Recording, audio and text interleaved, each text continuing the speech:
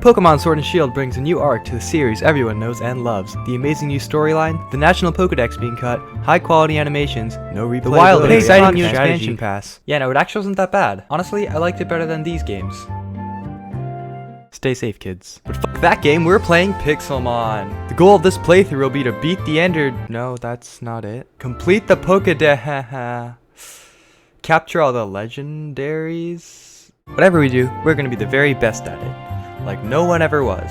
Please don't copyright claim this. Am I playing this because I was really excited to get back into it? No. Am I playing this so I can listen to the amazing soundtrack by Chris Geddes?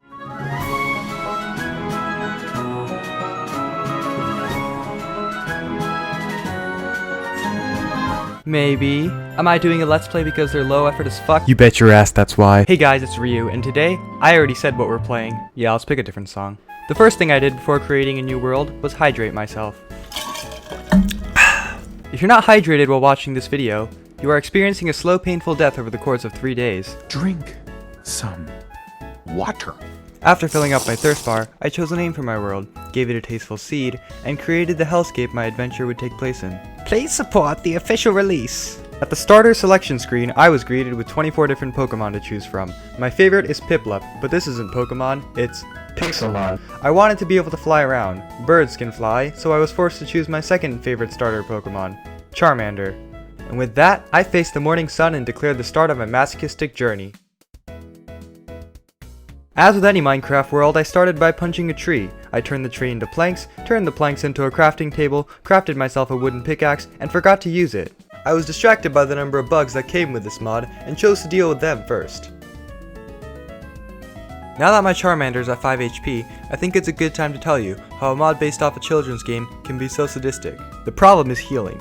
You can use a variety of berries found in the wild to heal your Pokemon, so it's generally not an issue, so long as your Pokemon doesn't faint. However, sometimes an over-leveled little shit can jump out and snap your Pokemon out of existence. In this case, there are 2 ways to revive the ashes of your beloved ball monster.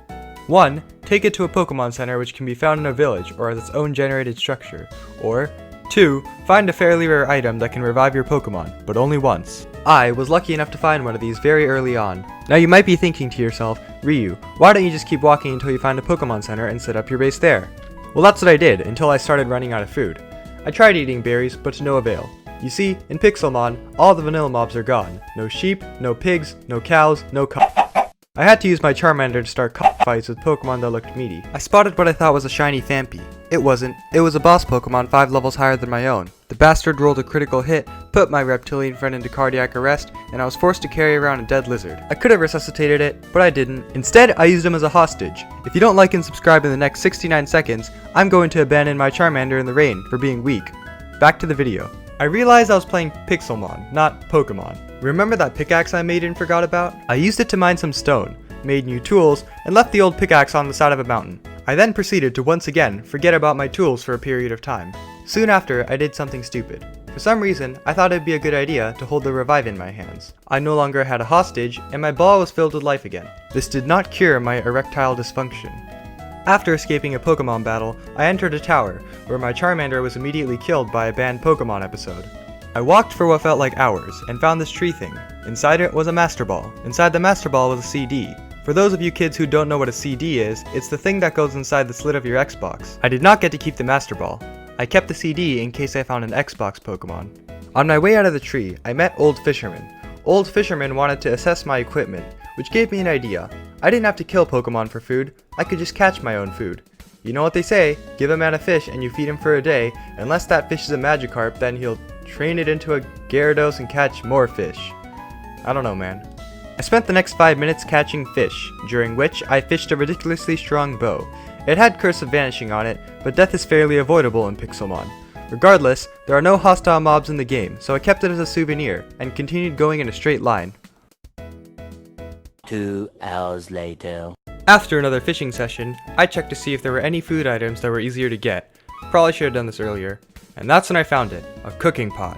In Pokemon Sword and Shield, there is a cooking mechanic that allows you to make curry out of berries. This curry can heal and even revive your Pokemon. My hope was that I could eat this curry or at least feed it to my dead lizard, so I left in search of iron. Along the way, I found some shungite rocks, met another useless fisherman, and stumbled upon a cave filled with iron and other minerals.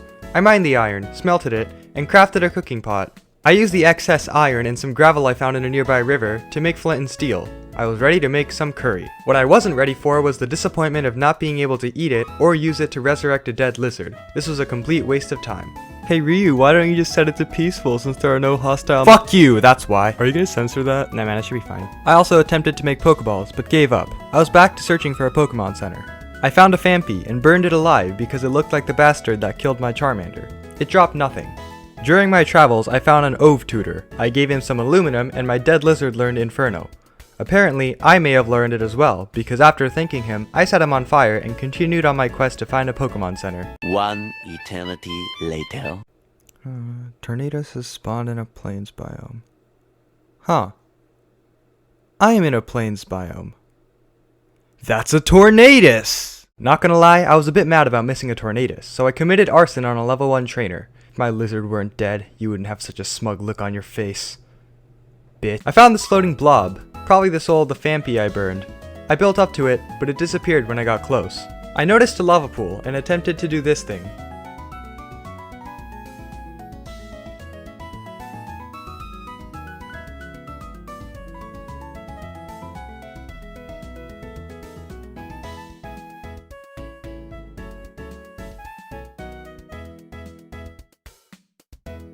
There are mushrooms in the Nether, so I could have made stew. I failed and didn't feel like trying again.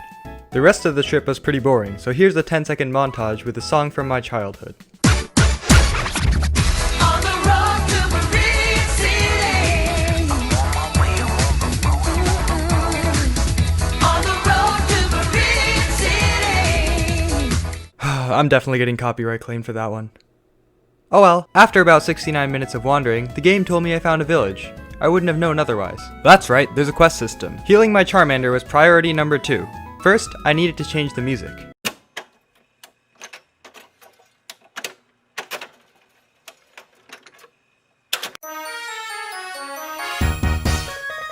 I know it doesn't fit with the desert, but I like it, so deal with it.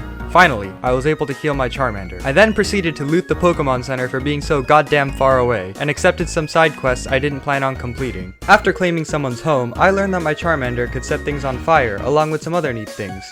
It must have learned from watching me. A cult member was worshipping Bidoof. I secretly joined that cult. Another legendary Pokemon spawned again. Not that I could catch it. I planted some apricorns next to my house and went to sleep. These apricorns would be used to make Pokeballs in the near future. I woke up, ate breakfast, and started slaughtering the nearby Pokemon. My Charmander was leveling up fast, until it got butt-fucked several times by the same level 15 Helioptile. I killed it and went back home to make some Pokeballs. I smashed that anvil so hard, I think I shit myself. I went out to look for another Pokemon to add to the party. I wanted to add a Pokemon whose level was near that of my Charmander's because I was too lazy to deal with catching up in levels. Coincidentally, a Ponytail of the same level as my Charmander attacked me, and I officially had my second Pokemon. I also found a Fennekin which I tried to catch, but it ate through my Pokeball, so I had to euthanize it. It dropped a stick. I could make a joke about that, but I won't. I was ready to take on my first gym. The Water-type gym. With my 2 Fire-type Pokemon. Do you see the problem here? It doesn't take a scientist to know that water puts out fires. However, I never did well in school. Plus, how do you explain this? Despite the type disadvantage and broken camera angle, I was able to defeat one of the first trainer's Pokemon before losing horribly. I had to find an electric or grass type Pokemon to counter the water type gym. Luckily, I found a Shinx snooping around in the back of the village. My Charmander evolved into Charmeleon and learned Dragon Rage. Dragon Rage is an attack that does a flat 40 damage regardless of type advantages, attack and defense stats, or other factors. This was perfect for taking down the water gym since most of the Pokemon there had less than 40 HP. My Shinx evolved into a Luxio, and I was ready to take on the water gym once again. Also, I found out that Curry gives your Pokemon XP. The first trainer only had 1 Pokemon, which died in 1 hit. Luxio ended up being pretty damn useless since he didn't know any electric type attacks. So I ended up spamming my way through the trainers with Dragon Rage until reaching the gym leader Kai, who wouldn't show her face for some reason. It was time. The final battle. But first, let's switch to a more hype song.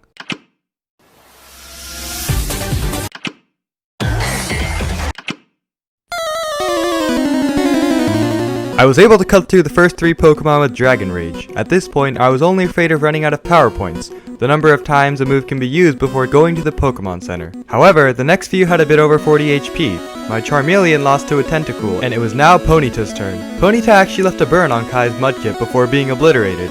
I was down to my last Pokemon, Luxio. You know, I lost. And on top of that, her Mudkip knew Mudslap, a ground type move, which is strong against electric types like my Luxio. So I fed my Luxio Curry until it learned Bite, which is not an electric type move, but that's okay, and battled her a bunch of times until I got lucky. I also made a badge case to put my Cascade badge in. It's actually pretty neat. Hey guys, it's Ryu again. Thanks for sticking around so long. Hopefully this video is decent. I'm an introvert who normally hates writing, so this style might not be for me, but it was worth a shot. Peace.